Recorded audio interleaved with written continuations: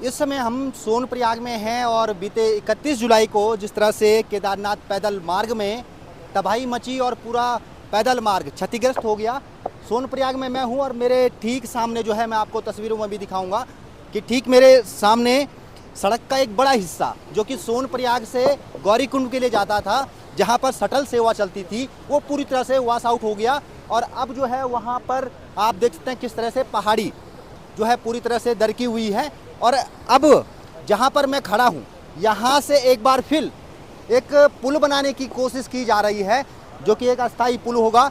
यहां से पुल बनाया जाएगा और जो ये हिस्सा टूटा हुआ है, क्योंकि लोग उसी से आवागमन अभी कर रहे हैं, तो कहीं ना कहीं लोगों की जान से खिलवाड़ है, बड़ा मुश्किल है वहाँ पर आवागमन करना, खतरों से खाली नहीं है। ऐसे में लोगों को सुरक्षित करने के लिए यहाँ पर जो लोक निर्माण विभाग है वो एक अस्थाई पुल बना रहा है, ताकि यहाँ पर जो मंदाकिनी नदी है उसको पार किया जा सके और सुरक्षित ढंग से जो वॉश आउट का जो एरिया है उसके आगे यहाँ से लोग निकल पाएँ। पीडब्ल्यूडी के दो जो अधीक्षण अभियंता हैं वो हमारे साथ हैं यहाँ पर।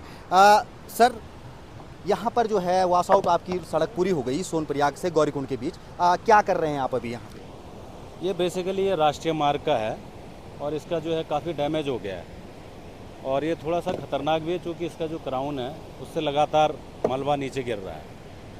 तो इसलिए इसको डाइवर्ट करने के लिए, इससे बचने के लिए एक एस्केप रूट बनाने का यहाँ पे प्रयास हो रहा है।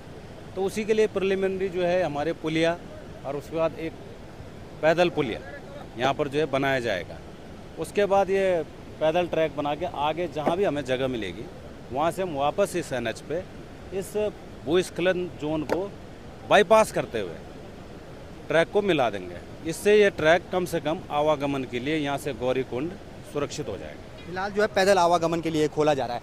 अच्छा सर, ये कितने दिन में बनाकर आप तैयार कर देंगे? ये हमारा टारगेट वैसे तो न्यूनतम हफ्ते भर का है पूरा, लेकिन अगर मौसम ने साथ दिया तो, और अगर मौसम के साथ हम चलें तो हो सकता है लगभग 1.5-2 हफ्ते भी हो सकता है, पर उससे पहले करने का प्रयास हो। बिल्कुल। तो यहाँ पर आप देख सकते हैं किस तरह से जो लोक निर्माण विभाग के अधिकारी हैं, आला अधिकारी हैं, वो यहाँ पर मौके पर खुद मौजूद हैं, खुद अपनी मॉनिटरिंग में, दिशा निर्देश में यहाँ पर काम करवा रहे हैं। और उद्देश्य ये है कि जल्द से जल्द जो मंदाकिनी नदी है उसके ऊपर पुल बन सके, पैदल पुल, कच्चा पुल, जिससे आवागमन हो सके और जो वॉश आउट जो एरिया हुआ है वहाँ लोग जो है उस तरह से अपनी जान जो है वहाँ पर खतरे में ना डालें और इस जो बनने वाला जो पैदल पुल है इससे सुगमता से जो है फिलहाल जब तक जो है वहाँ पर सड़क नहीं बन जाती तब तक अपनी जो यात्रा है उसको कर सकें। हमारे साथ इस समय केदारनाथ के पूर्व विधायक मनोज रावत जी हैं।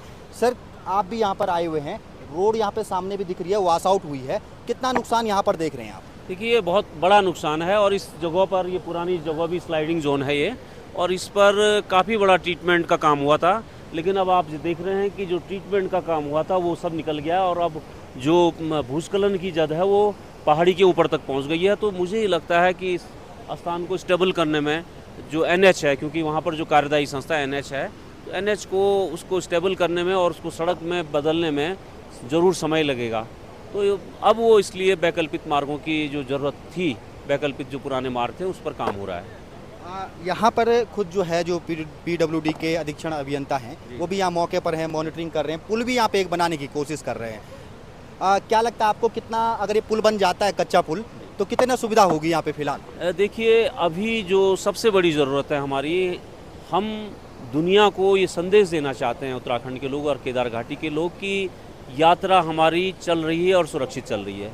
तो सबसे फौरी ज़रूरत, देखिए आदिकाल से यहाँ यात्रा चल रही है और यात्रा बड़ी परेशानियों में हुई है। तो यहाँ पर जो पीडब्ल्यूडी के जो अधिकारी हैं, ये लोग अभी कच्चा ब्रिज बना करके पुराना जो यात्रा मार्ग होता था हमारा, जैसे पैदल यात्रा जो होती थी, उसको हम ये हमारे इंजीनियर जो लोक निर्माण विभाग के हैं उसको इस्टेब्लिश कर रहे हैं। जो इनका प्लान है कि पहले हम यहाँ पर कच्चा पुल बनाएंगे और फिर उसके बाद एक रोपवे, जो मैनुअल रोपवे है, ट्रॉली को भी इसको इस्टेब्लिश करेंगे और ये इस रास्ते को दूसरी तरफ, नदी के दूसरी तरफ ले जा करके, कच्चा मार्ग ले जा करके मुनकटिया को मिलाएंगे। बिल्कुल। तो यहाँ पर काम हो रहा है। यहाँ पर मैं तस्वीरों में भी आपको दिखा रहा हूँ कि किस तरह से यहाँ पर मजदूर लगे हुए हैं और कोशिश ये है कि अगर मौसम साथ देता है तो 1 हफ्ते के अंदर यहाँ पर कच्चा पुल तैयार किया जाए, ताकि जो श्रद्धालु हैं, जो केदारनाथ जाने वाले लोग हैं, उनको फिलहाल जब तक वहाँ पर कोई जो है सड़क जो है वहाँ पर पूरी तरह से बन नहीं जाती, तब तक उनको सुगमता हो यहाँ से जाने में। धन्यवाद।